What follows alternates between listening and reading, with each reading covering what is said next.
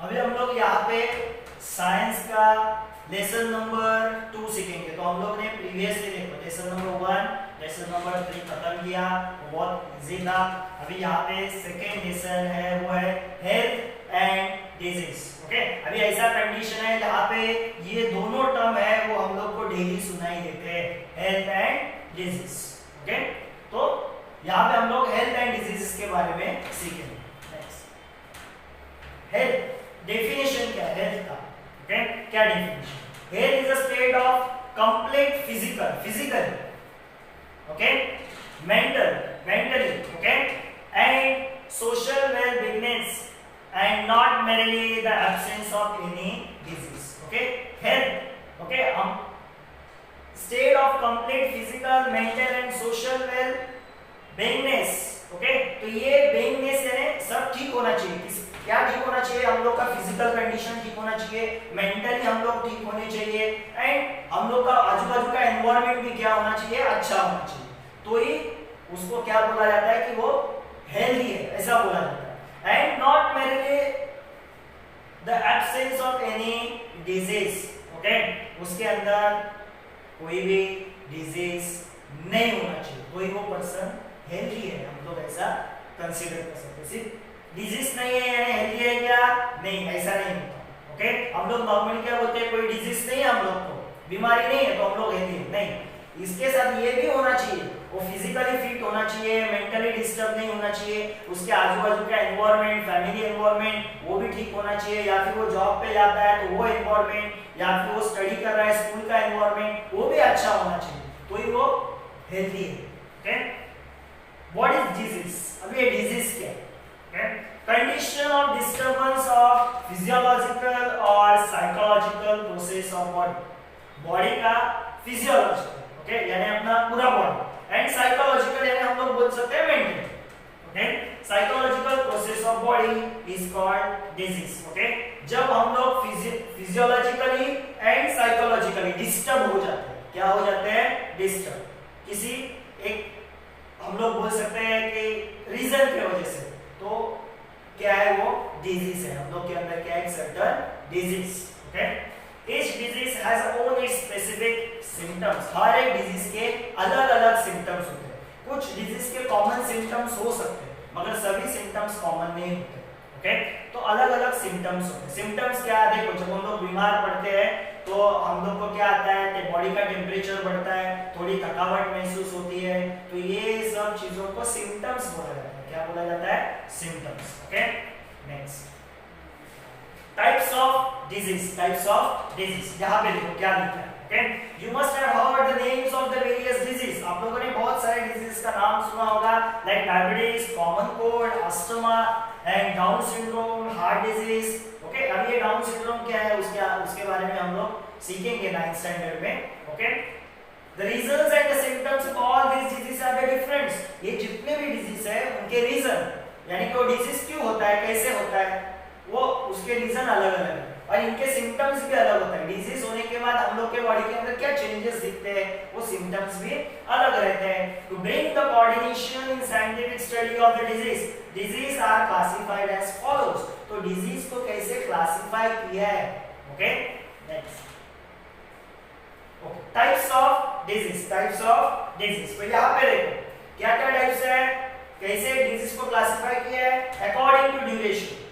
Okay, according to duration and according to region, यानी वो disease कितने टाइम के लिए रहता है उसके हिसाब से भी क्लासिफाई किया है, and according to region okay वो किसके वजह से होता है उसके हिसाब से भी उसको क्लासिफाई किया है। ओके, तो अकॉर्डिंग टू ड्यूरेशन किसमें क्लासिफाई किया है? एक है क्रोनिक और दूसरा है एक्यूट। क्रोनिक का मतलब क्या? क्रोनिक डिजीज यानी क्या? अकॉर्डिंग टू ड्यूरेशन यानी यहाँ पे टाइम। ओके, क्रोनिक यानी लंबे समय के लिए जो डिजीज रहता है उसको बोलते हैं क्रोनिक डिजीज। क्या बोलते हैं? Chronic disease. एंड नेक्स्ट है एक्यूट डिजीज। एक्यूट डिजीज यानी क्या? जो छोटे पीरियड के लिए रहता है, शॉर्ट टर्म रहता है। शॉर्ट टर्म जैसे कि फीवर आया, 1-2 दिन आया चला गया। ओके, कोल्ड कफ हो गया चला गया। ओके, ये सब आते हैं एक्यूट में। किसमें आते हैं? एक्यूट। तो अकॉर्डिंग टू रीजन में देखो hereditary disease, acquired disease. Hereditary disease यानी क्या? हेरिडिटरी यानी जो हम लोग के बोल सकते हैं कि पेरेंट्स से या फिर उनके पेरेंट्स से जो डिजीज आते हैं जो हम लोग के फैमिली में कंटिन्यूएशन में रहते हैं, ओके, एक जनरेशन से दूसरे जनरेशन में, उसको बोलते हैं हेरिडिटरी डिजीज। क्या नाम है? डाउन सिंड्रोम नाम का एक डिजीज है, ओके, वो हेरिडिटरी डिजीज में आता है। ओके, अभी डाउन सिंड्रोम के बारे में हम लोग 9th स्टैंडर्ड में पढ़ेंगे। क्या है? सिर्फ यहाँ पे आप देखो डाउन सिंड्रोम। ओके, नेक्स्ट है acquired disease. Okay, hereditary disease and acquired disease. Acquired disease को फर्दर क्लासिफाई किया है, किसमें क्लासिफाई किया है? Infectious disease, non infectious disease. एक जो डिजीज इन्फेक्शन से होते हैं, जो इन्फेक्शन से नहीं होते। ओके, इन्फेक्शियस डिजीज कौन से है? कॉमन कोल्ड, फ्लू, डेंगू, ये सब इन्फेक्शियस डिजीज है। ओके, देखो आपके घर में किसी को सर्दी हुआ, आप उसके बाजू में ज्यादा टाइम है तो मे भी आपको भी हो सकता है, अगर आपका इम्यूनिटी पावर अच्छा नहीं। अभी जो फिलहाल जो अपना हर जगह पे जो डिजीज है कौन सा है? कोरोना। ओके, वो भी कैसा है? इन्फेक्शियस है, एक पर्सन से दूसरे पर्सन में होता है। अभी नेक्स्ट इसमें देखो non infectious disease. Non infectious यानी क्या? एक पर्सन को है आपके घर में या फिर आपके बाजू में, तो दूसरे पर्सन को वो डिजीज होगा ऐसा नहीं।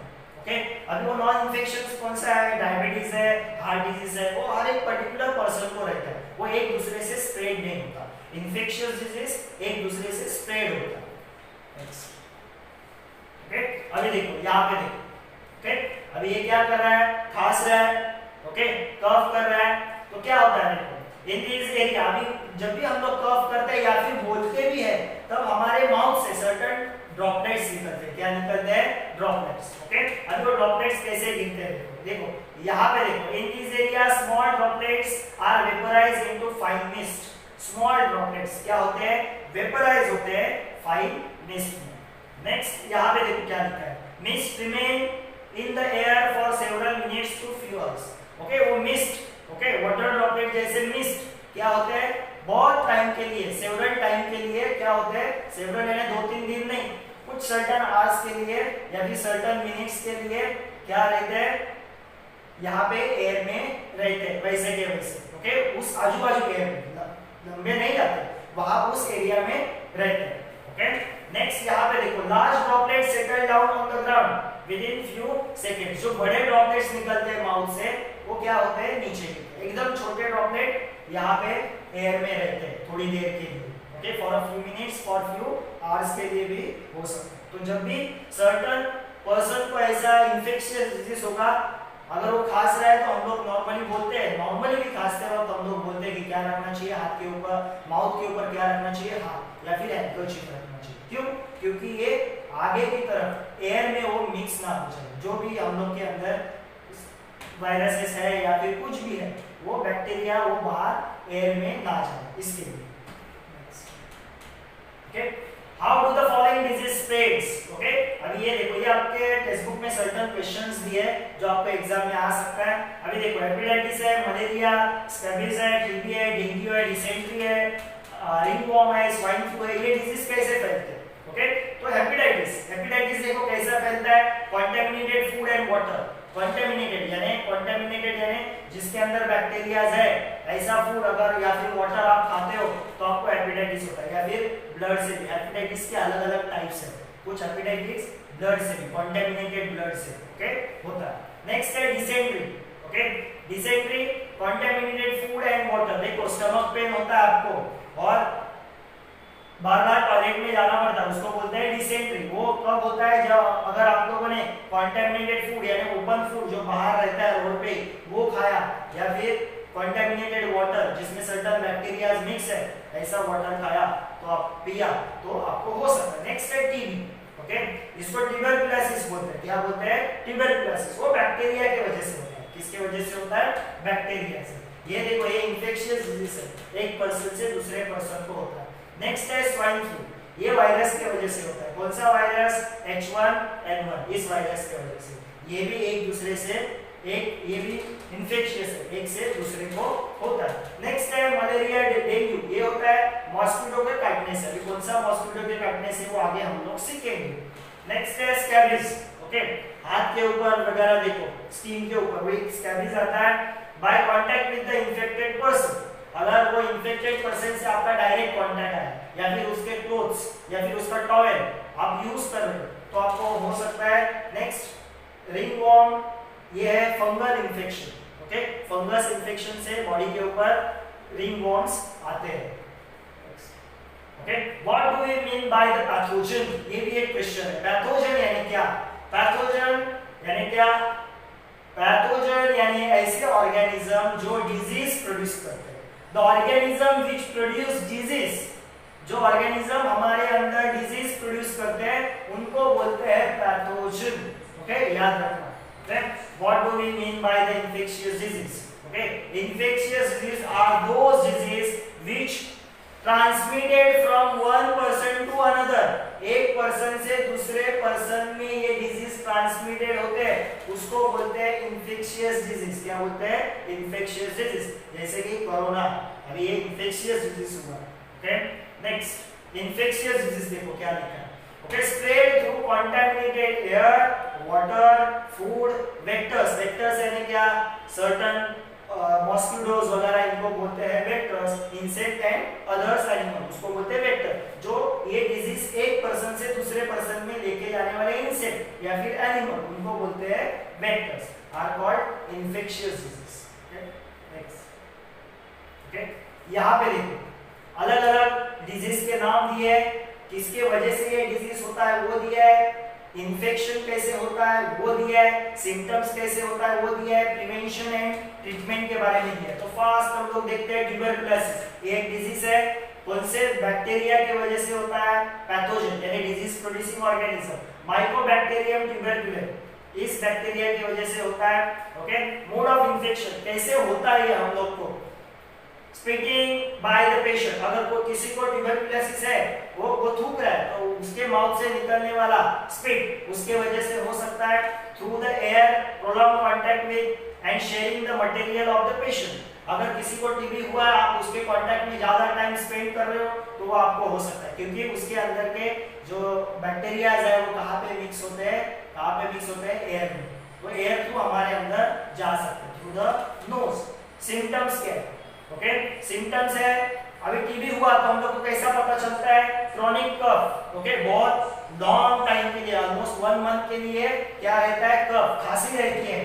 ब्लडी स्पिटिंग, जब हम लोग थूकते हैं, स्पिटिंग करते हैं, खांसते हैं तो माउथ के अंदर से ब्लड निकलता है। Okay, इमैसिएशन and difficult in breathing. इमैसिएशन यानी क्या? हम लोग के बॉडी का वेट लॉस होता है। बॉडी का वेट क्या होता है? लॉस, कम होता है, उसको बोलते हैं इमैसिएशन। And difficult in breathing, normally ये अटैक करता है लंग्स के ऊपर, जिसके लिए ब्रीथिंग में डिफिकल्टीज होता है। प्रिवेंशन क्या है? ये डिजीज होना नहीं चाहिए, इसके लिए क्या प्रिवेंशन है? उसके लिए बीसीजी वैक्सीन जो दिया जाता है।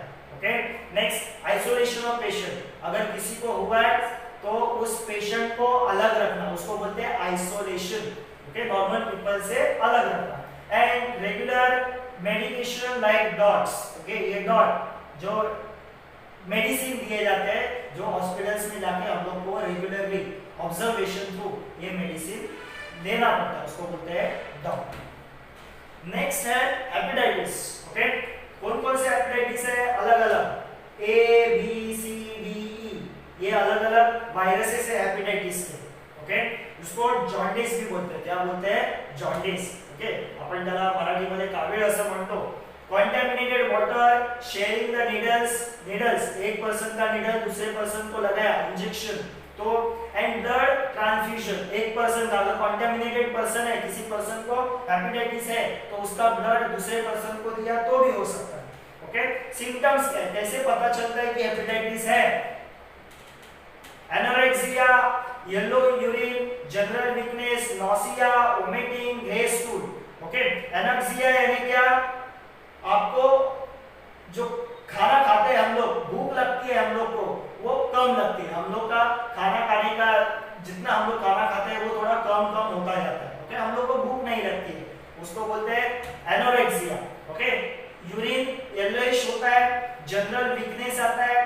नेक्स्ट है उन्होंने दिया है नॉसिया के बारे में दिया है, and vomiting and grey stool. Okay, grey stool, stools जो निकलता है। Okay, excretory stools. Okay, toilet को हम लोग जब जाते हैं स्टूल निकलता है, वो कौन से कलर का रहता है? Grey stool. ओके, उसका प्रिवेंशन एंड ट्रीटमेंट दिया है, क्या क्या दिया है प्रिवेंशन एंड ट्रीटमेंट में, कैसे कर सकते हैं, देखो कैसे फैलता है कॉन्टेमिनेटेड वाटर से, तो वाटर क्या करना चाहिए, बॉईल करके पीना चाहिए जब भी ये हेपेटाइटिस स्प्रेड होता है किसी जगह पे, and proper cleaning of hands, हाथ हम लोग को हमेशा प्रॉपर क्लीन करने चाहिए।